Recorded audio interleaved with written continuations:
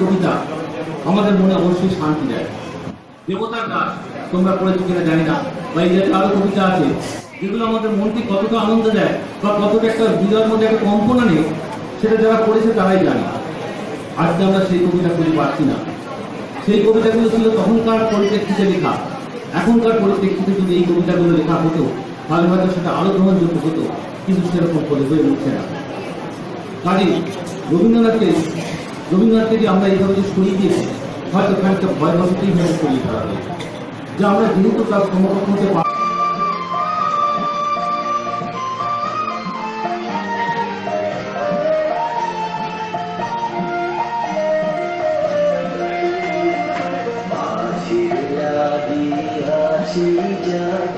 সকল রাত্রি বেলা কেউ যে আমায় করে কেবল খেলা, মাঝির লাগিয়াছি জানি সকল রাত্রি বেলা কেউ যে আমায় করে কেবল খেলা।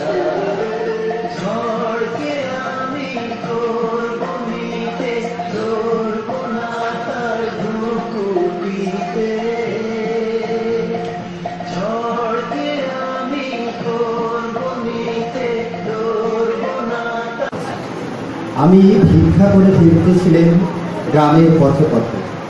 তুমি তখন চলেছিলে তোমার স্বর্ণরথে, অপূর্ব এক স্বপ্ন সহ লাগতেছিল চোখে মম।